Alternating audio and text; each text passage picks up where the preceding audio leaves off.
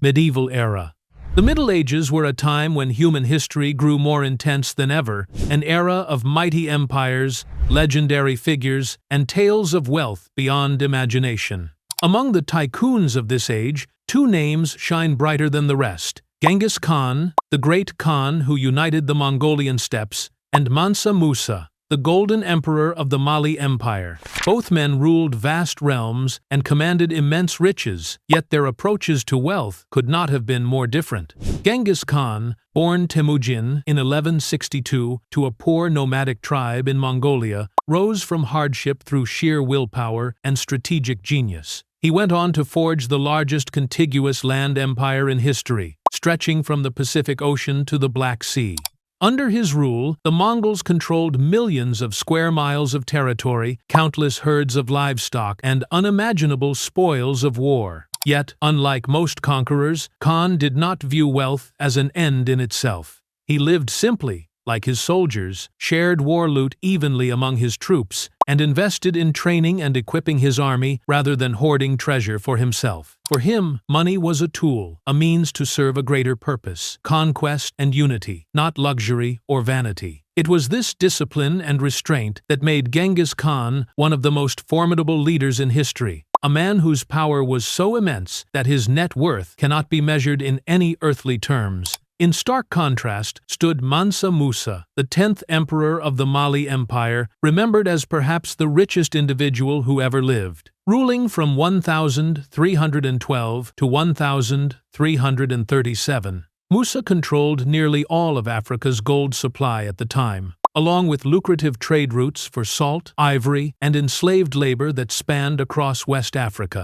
Under his reign, Mali became one of the wealthiest, most cultured, and most influential centers in the Islamic world. In 1324, during his legendary pilgrimage to Mecca, Musa stunned the world by traveling with 60,000 attendants and 80 camels laden with gold, distributing his riches generously along the way. His generosity was so extravagant that the price of gold in Cairo collapsed by over 20%, taking more than a decade to recover. With a fortune often estimated at around $400 billion USD, Musa wasn't just rich, he was visionary. After his pilgrimage, he poured his wealth into mosques, schools, and libraries, turning Timbuktu into the greatest intellectual and cultural hub in medieval Africa. Two men, two philosophies: one built an empire through discipline and strength, the other built a civilization through gold and knowledge. Genghis Khan saw wealth as a means to achieve power. Mansa Musa turned wealth itself into a mission to elevate faith and learning. One lived austerely on the cold steppes, the other shone in gilded robes beneath the blazing desert sun. And yet, both proved that true wealth lies not in the treasure one hoards, but in how it is used to shape history. Genghis Khan made the world bow through power. Mansa Musa amazed it through generosity and culture. Together, they embody the timeless message of the Middle Ages. Riches are not merely gold or authority. They are the ability to turn what you have into a legacy the world will never forget. Early Modern Era. Entering the early modern era, the world witnessed two completely different archetypes of wealth.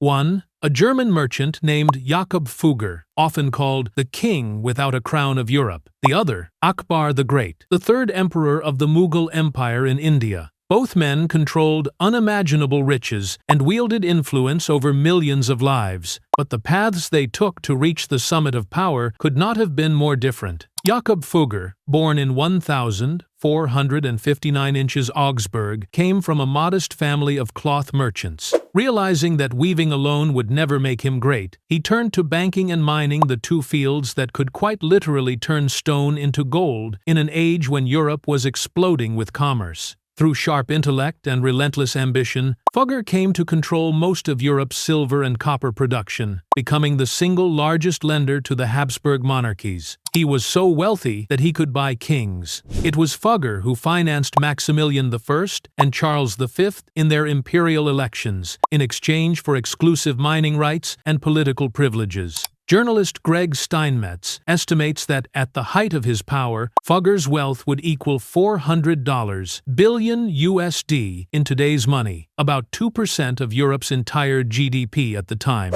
For a man who wasn't born a prince, that was staggering. Fugger's fortune didn't just make him Europe's kingmaker, it also changed the course of history. When he funded Pope Leo X's construction of St. Peter's Basilica, the Pope resorted to selling indulgences to pay his debts, the very act that provoked Martin Luther's Protestant Reformation. In this way, Fugger became the face of early capitalism, ruthless, pragmatic, yet undeniably effective. Critics called him the man who bought Europe's soul, but he also left behind a mark of philanthropy. He founded the Fuggerei, the world's first social housing project, still standing today, where the poor paid only a token rent. Fugger was living proof that a single individual armed with wealth, not armies, could manipulate politics, kings, and even popes. On the other side of the world, Akbar the Great represented a completely different form of power, one born from land, governance, and organization. Ascending the throne at just 13 years old, he transformed the young Mughal Empire into one of the greatest superpowers of the era, stretching from Punjab to Bengal and Gujarat. Unlike Fugger, who bought power through finance, Akbar built power through administration. He revolutionized India's tax and land systems, standardized the silver rupee, and taxed nearly all agricultural output, turning the Mughal state into an economic engine that accounted for 22 to 25% of the world's GDP, around 1,600. Its wealth came not only from farming, but also from dominating Indian Ocean trade, making the empire a hub connecting Europe, the Middle East, and East Asia. If Fugger was the miserly financier, Akbar was the imperial patron. He poured his empire's wealth into art, architecture, and scholarship, constructing the magnificent Fatehpur, Sikri, Agra Fort, and other monumental palaces. Yet Akbar's legacy extended beyond grandeur. He fostered a golden age of religious tolerance and intellectual dialogue, inviting Muslim, Hindu, Jain, and Christian scholars to debate in his court. Under his rule, the Mughal Empire became one of the most cosmopolitan, prosperous, and enlightened civilizations on Earth. Two men, two continents, two philosophies, yet both demonstrated the absolute power of wealth. Jakob Fugger, the businessman of power, proved that money could buy crowns and reshape the political destiny of Europe. Akbar the Great, the emperor of governance, showed that true wealth comes from building systems that sustain prosperity and culture. One changed the world by amassing wealth, the other by using it to build civilization. In the end, both remind us of a timeless truth. Wealth is not measured by numbers, but by influence, by how one uses it to shape the world in their own image. Modern era. The modern era, beginning in the early 19th century, marked one of the greatest turning points in economic history, a time when industry, finance, energy, and transportation all erupted at once, creating a world powered by steel, oil, and money. This was the birth of the first tycoons of global capitalism, men who transformed personal ambition into engines of national growth. Among them, two figures stand out as icons of modern wealth: Cornelius Vanderbilt, who built the foundation of America's transportation and railroad system, and John D. Rockefeller, the oil magnate often regarded as the first billionaire in human history. Though they came from different worlds, both shared the same traits: vision, daring, and limitless ambition, even if it meant sacrificing ethics and public trust along the way. Cornelius Vanderbilt, 1794–1877, nicknamed the Commodore, began his career at 16, ferrying passengers across the New York harbor. As the United States entered the first industrial revolution, its expanding waterways and railways became the lifeblood of a young economy. Vanderbilt saw opportunity in motion. He shifted from sailboats to steamboats and then to railroads, the new arteries of America's growth. From a small ferry business, he built the nation's largest transportation empire, acquiring strategic lines like the New York Central, Hudson River Railroad, and Lake Shore, and Michigan Southern, creating the first transcontinental transportation network in U.S. history. But Vanderbilt was no gentle businessman.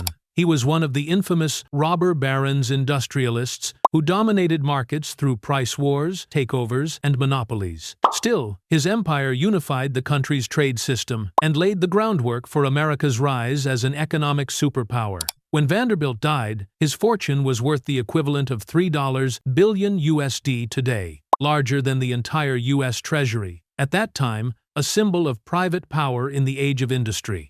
In contrast, John D. Rockefeller, 1839–1937, rose during the Second Industrial Revolution.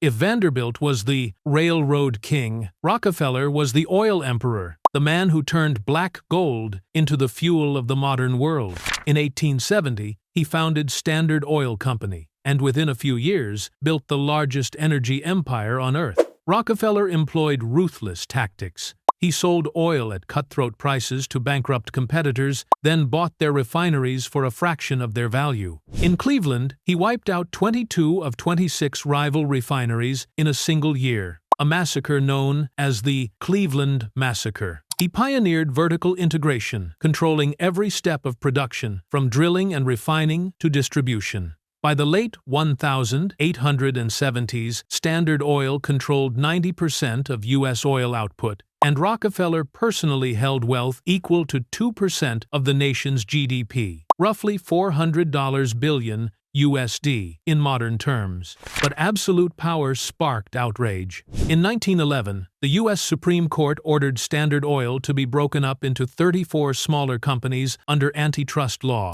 Ironically, that decision only made Rockefeller richer. His shares in the new firms, which evolved into ExxonMobil, Chevron, BP, and others, soared in value.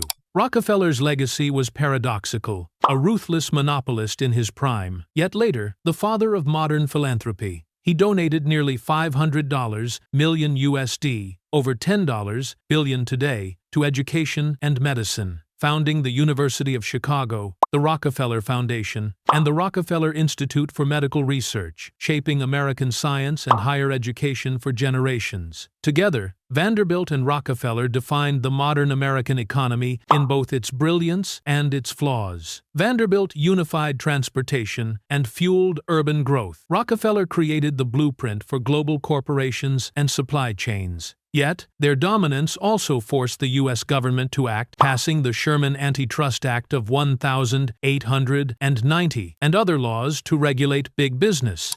From their era onward, society began to discuss the idea of social responsibility for the wealthy. Their legacies remain everywhere. Grand Central Terminal and Vanderbilt University carry the Commodore's name, while Rockefeller Center, the University of Chicago, and the Museum of Modern Art testify to Rockefeller's influence. They were both ruthless, but also builders. They created the industrial and financial world we live in today. And perhaps their greatest lesson is this: true wealth only matters when it is used to build, not to dominate. Who's the richest ever? If you were to ask, who is the richest person in human history, there wouldn't be a single, clear answer. It all depends on how we define wealth. If we measure by absolute control of resources, Genghis Khan would have a strong claim to the title. At the height of his power, he ruled the largest contiguous empire in world history, commanding land, people, and treasure, stretching from the Pacific Ocean to Europe. Yet calling him rich, in the modern sense, isn't quite accurate. Genghis Khan didn't hoard personal wealth. He lived simply, like a nomadic warrior, viewing gold and land merely as tools for conquest and unity, not luxury or indulgence. But if we go by the popular vote of history, most scholars agree that Mansa Musa, the 14th century emperor of Mali, deserves the crown as the richest man who ever lived. He controlled roughly half of the world's known gold supply, presided over an empire producing more than 20% of global GDP, and was so generous that his legendary pilgrimage to Mecca caused gold prices in Egypt to crash for more than a decade. Yet Musa's wealth was not just material. He used it to build schools, mosques, and libraries, transforming Timbuktu into one of the greatest centers of learning in medieval Africa. However, if you asked someone living in the 21st century that same question, the answer might be completely different.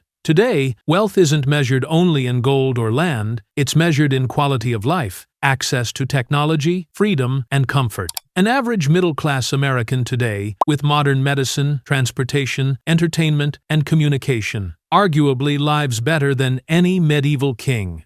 From that perspective, Elon Musk may be the most fitting candidate for the title the richest person in history. Not merely because his net worth once surpassed 200 billion USD, but because he lives in the most prosperous era humanity has ever known, an age defined by science, energy, and technology. Musk's wealth extends beyond money. He can explore space, drive electric cars, develop artificial intelligence, and shape the future itself. He is the richest man in the richest age of humankind, and that's what sets him apart from all who came before. In the end, wealth is not only about numbers, but about time, about when and how people live with what they have. You could own the treasures of Genghis Khan or Mansa Musa, but without electricity, the internet, medicine, music, or modern comfort, you might still envy an ordinary person today, sipping coffee, watching Netflix, and chatting with AI on a smartphone. By that measure, the richest people in human history may well be those alive right now, the ones who inherit every achievement humanity has built over thousands of years.